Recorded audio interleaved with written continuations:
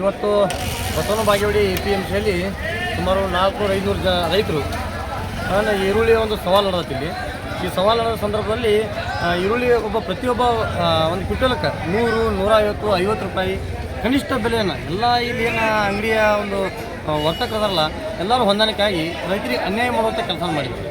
ಆ ಸಂದರ್ಭದಾಗ ಇವತ್ತು ರೈತರು ಹೋಗಿ ರಸ್ತೆಯನ್ನು ನಮ್ಮ ಹೇಮೂರು ರಸ್ತೆಯನ್ನು ಬಂದ್ ಮಾಡಿದ್ರು.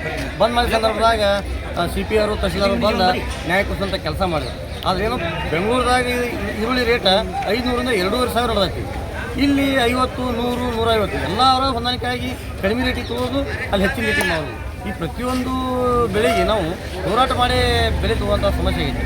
ಹಿಂಗೆ ರೈತರಿಗೆ ಬೆಳೆದಿರ್ತಕ್ಕಂಥ ಬೆಳೆಗೆ ಏರುಪೇರು ಆದರೆ ನಾವು ಬರ್ತಕ್ಕಂಥ ದಿನಮಾನದಲ್ಲಿ ದೊಡ್ಡ ಪ್ರಮಾಣದಾಗ ನಾವು ಬಸವನಬಾಗೇವಾಡಿ APMCಯಲ್ಲಿ ಹೋರಾಟ ಮಾಡ್ತೀವಿ. ಮತ್ತು APMC ಅಧಿಕಾರಿ ಪ್ರತಿಯೊಂದು ಸಂದರ್ಭದಾಗ ಸವಾಲನ್ನು ತಂದಾಗ ಮುಂದಿರಬೇಕು. ಅವರು ಇರಂಗೇ ಇಲ್ಲ. ಅವ್ರಿಗೆ ಇವ್ರಿಗೇನು ಹೊಂದಾಣಿಕೆ ಅನ್ನೋದು ಗೊತ್ತಿಲ್ಲ. ಆದ್ರೆ ಒಟ್ಟು APMC ಅಧಿಕಾರಿ ಒಬ್ರು ಮುಂದಿರಬೇಕು, ಅವರು ಇರೋಂಗಿಲ್ಲ. ಈ ಪ್ರತಿನ ವಾರ ಏನು ಸವಾಲು ಇರ್ತೈತಿ ಆ ಸಂದರ್ಭದಾಗ ಆ ಅಧಿಕಾರಿ ಮುಂದಿರಬೇಕು. ಇರ್ದಿದ್ರೆ ನಾವು APMC ಆ ಅಧಿಕಾರಿ ನಾವು ಕಿವಿ ಹಾಕಿಬಿಡ್ತಾರೆ. ಕಲ್ಲು ಸೊನ್ನದು ರಾಜ್ಯ ಕರ್ನಾಟಕ ರೈತ ಸಂಘದ ರಾಜ್ಯ ಉಪಾಧ್ಯಕ್ಷ.